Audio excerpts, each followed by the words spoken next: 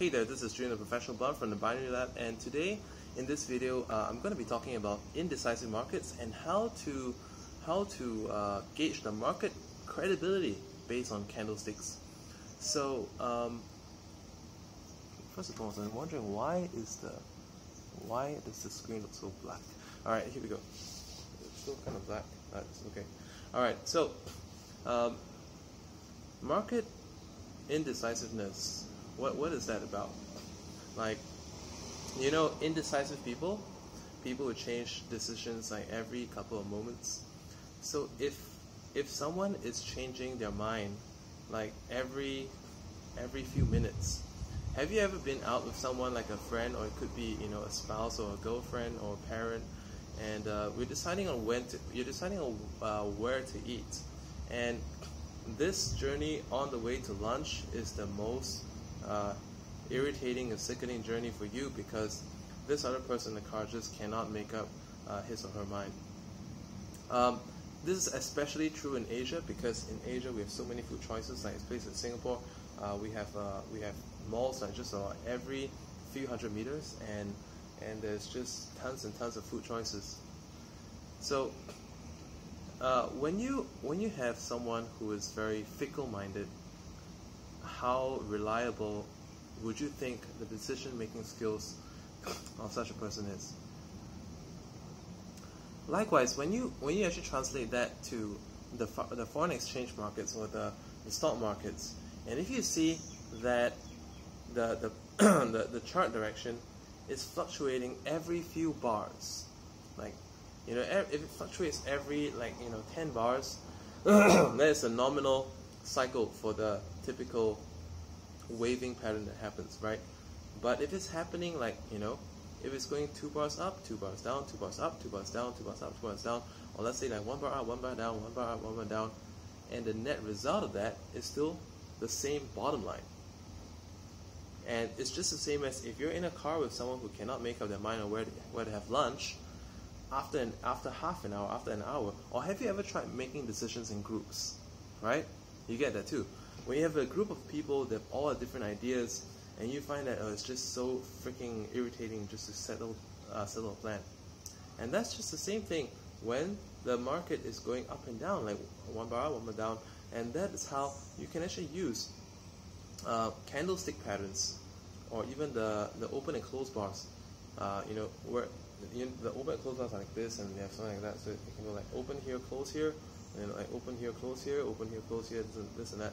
Or you have whole blocks of candlesticks. So you have a blank, empty candle, a white candle, so to speak, and you have a red candle, if you have a blank candle, red candle, black candle, red candle, and it's like going across the screen. And the net result is a fluctuation of just maybe 2 to 4 pips. And this, my friends, is when you should not be trading. Okay, this is when you should decide to do something else. Decide to, either decide to, I would actually say decide not to trade, or decide to do something else that's more rewarding than looking at that happen, because there's just nothing that can come out of this situation. Similarly, when you're in a group of friends and everyone's trying to decide on where to meet up, at the end of the day, what always happens is that someone in the group is going to step out and say, you know what, guys, since you guys can't decide, let's do this. And if you're in a car with someone, there'll be some point where you say, where you just kind of ignore what the person is saying and just drive to a certain place, stop there, this is what we're having. Or let's say if you're on a bus, you press the buttons, we're getting out here, we're going to have this. And chances are the other person is not really going to mind too much, because that person didn't really have a decision to begin with. So how does that relate back to trading? A couple of days ago, when I got back from Las Vegas after speaking, you know, at the biggest audience I've ever spoken to on stage before, I came back, resumed my trading sessions on Thursday. I did one Thursday morning, Thursday night, and Friday morning. Thursday morning, for the whole session, we did 2 trades, and this is very unusual. Okay, Thursday night we did 1 trade, and on Friday morning we did 12 trades. Why the difference? When the market is indecision, there's no point to trade because it's just unproductive time.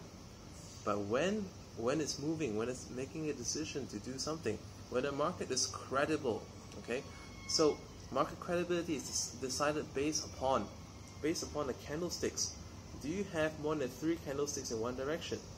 In an uptrend, do you have in an uptrend you should be having about, you know, at least 60%, preferably 70% or better of the candles being bullish, and only 30% or 20% of candles, or let's say 20 to 40% of candles being bearish. Of course, you want it to be 70% or better in one direction. And if in a downtrend, you want to have them like you want 60 to 80% of the candles to be bearish, and 20 to 40% of the candles being bullish. And you're wondering, why is that so? You know, because there's also been times when there can be a big movement up, but you know, every 2 candles is switching color, and when it's switching color very often, or you're having like long candles in opposite direction and back and forth, it means that volatility is good, but volatility isn't everything. Volatility just makes confusion, and in those cases, as long as I get, you know, the bars changing directions too quickly, I know that at any point of time, if I'm getting like 50-50 in an uptrend, at any point of time the trend may end and go the other way. So that's why I highly recommend that you know, this is one of the things that you want to do with your trading. If you see that the market is changing, if the candlesticks are changing color every 1 bar to 2 bars, don't trade it. And then if you're gonna take a trending trade, a trend follow trade, or a counter trend trade, you want to make sure that the previous setup was, you know, was like 3 bars or more of the same color. Okay, so I know it's kind of difficult to explain without like pictures or graphs and charts right now, but I hope you can relate that to some real life examples. And for those of you who want to see how that's done on the charts, you probably want to look at the trade replays that I've done for the binary lab. Friday was a great day. Friday was when we did like 12 trades versus 1 trade and 2 trades on the other 2 sessions. We saw a lot of members making anywhere between 5 and 30% profits, just like that, and that obviously offset all the losses.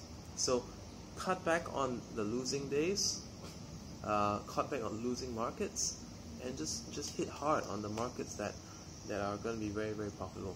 Okay, so that's if you want to be able to do that together with the rest of us in the binary lab. Are you already a member yet? If not, you can actually just go to thebinarylab.net and fill out the application form, and you can be in our training sessions too. And I run these training sessions just about 4 to 6 times weekly, and there's a Facebook community that you can hang out with other people, Skype chat, where you can kind of like, you know, oh, I'm getting this trade right now, or what do you think of this trade? That's what happens in the Skype chat all the time. So great resources for you there. Go to www.thebinarylab.net and apply, and I'll see you in our trade sessions. That's all for now, and like and subscribe. There are plenty of other videos on my channel. Feel free to browse my other videos. You might, if you found this video useful, you might find other videos useful for you as well. Feel free to share as well. Goodbye.